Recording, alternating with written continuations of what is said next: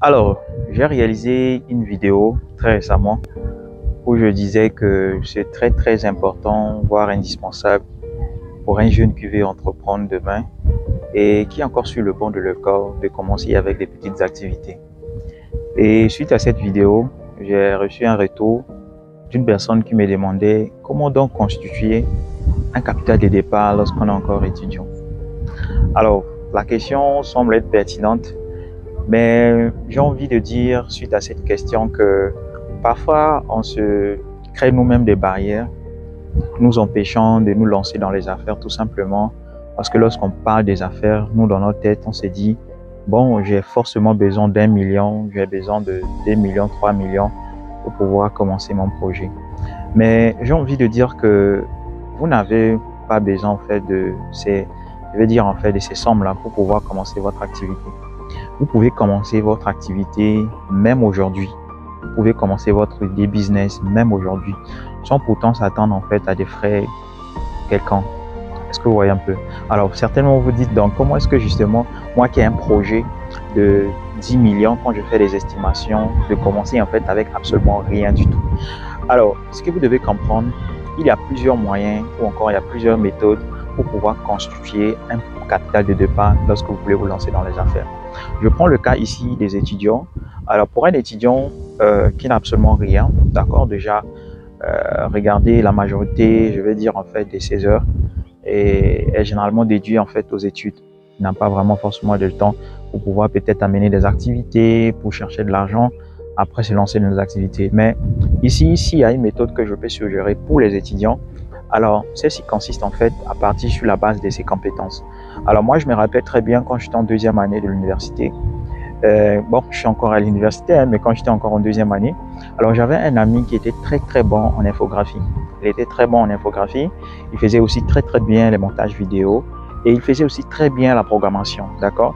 Et je vous assure que pendant qu'on était encore, je veux dire en fait en deuxième année, bien évidemment, lui, il était déjà en fait travailleur à temps partiel, c'est-à-dire il recevait naturellement chaque fois les offres des entreprises, des particuliers qui le contactaient en fait à ce profil puisse leur offrir en fait ses services en design, en montage vidéo et aussi en programmation web et mobile. Est-ce que vous voyez un peu? Donc, il est parti sur la base de ses compétences, c'est-à-dire il s'est donc posé la question de savoir, vu ce que je sais faire, alors comment est-ce que justement je peux monétiser tout simplement cela pour pouvoir avoir de l'argent?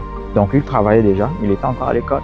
Et vous allez voir en fait pendant qu'il y avait de la récréation ou encore la pause tout simplement, vous allez le voir en fait il est en train de travailler, il est en train de faire ses activités tout simplement. Est-ce que vous voyez un peu? Donc vous pouvez partir en fait sur la base de vos compétences pour pouvoir construire un capital de départ. Mais hormis cela également, vous pouvez vous lancer en fait dans les activités qui ne vont pas vraiment nécessiter en fait assez de temps. Je prends le cas de moi qui est à l'INPHP et là, on n'a pratiquement pas le temps, je dirais, parce que naturellement, en fait, on travaille à temps plein. On fait les cours à temps plein, donc de 8h à 18h. Et généralement, c'est le soir, en fait, que tu rentres. Bon, bref, tu te poses donc la question, qu'est-ce que tu peux faire? Alors, moi, je faisais bien évidemment, en fait, de l'e-commerce déjà en deuxième année. Depuis en deuxième année, je dirais. Je vendais mes produits en ligne. Et naturellement, j'avais une équipe qui avait la capacité, en fait, de faire des livraisons à domicile. Est-ce que vous voyez un peu? Donc, vous pouvez vous lancer dans les activités qui ne vont pas vraiment nécessiter en fait assez de temps, qui ne vont pas vraiment demander assez d'énergie. Mais je vous assure, en partant de rien, moi, je me rappelle bien quand je le faisais, en fait, j'avais absolument rien comme capital de départ. C'est-à-dire, je n'achetais pas naturellement en fait des produits. Est-ce que vous voyez? Je pars juste en fait, je cherche en fait à avoir un partenariat avec quelqu'un qui a une boutique, d'accord? Et chez qui je peux acheter les produits, ensuite revendre tout simplement. Après, je prenais tout simplement en fait les commissions. Et ça va de même aussi avec justement mon projet que j'ai commencé au début de l'anglais. Bien évidemment, je suis parti sur la base de mes compétences pour avoir justement un petit capital de départ que j'ai bien évidemment investi après dans des projets qu'on implémente aujourd'hui avec mon équipe. Alors donc vous voyez qu'en fait vous n'avez pas vraiment besoin des millions, d'accord? Vous avez juste besoin en fait de vos compétences. Je pense que vous avez forcément quelque chose, voilà, que vous pouvez très bien faire. Et donc du coup vous pouvez commencer en fait à partir de cela. Et par la suite, quand vous aurez, je vais dire en fait un capital qu'il faut, et vous pouvez maintenant vous lancer en fait dans les grands projets. Alors là aussi, je tiens à préciser qu'en fait non seulement ça, vous devez aussi prendre soin en fait de suivre en fait vos dépenses. Généralement, parfois, il arrive qu'on se retrouve en fait avec des sommes d'argent, voilà, que nos parents nous donnent ou encore quelqu'un nous a donné, tout ça là.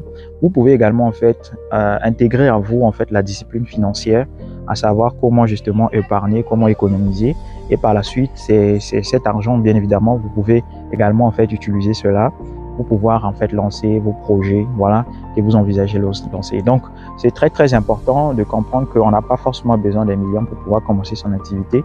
On peut partir sur la base de nos compétences, on peut partir sur la base des économies, d'accord, ou encore en lançant une activité qu'on n'a pas vraiment besoin des fonds, ok, pour pouvoir lancer. Donc je prends le cas ici de l'e-commerce, mais on peut trouver encore d'autres activités, d'accord, qu'on peut lancer sans pourtant avoir des fonds. Donc voici en fait en quelques mots, d'accord, des éléments de réponse que je peux vous donner suite à la question qui m'a été posée. Et donc vous voyez qu'en fait on peut entreprendre tout en étant encore étudiant. Et j'insiste là-dessus parce que lorsque vous êtes encore étudiant, lorsque vous sortez, naturellement vous avez déjà l'expérience. Pendant que les autres, quand ils vont sortir, ils vont vouloir chercher d'abord à avoir une expérience, ensuite les lancer, où vous serez déjà très loin parce que vous allez déjà apprendre de vos erreurs pendant que vous êtes encore étudiant. Allez, see you guys.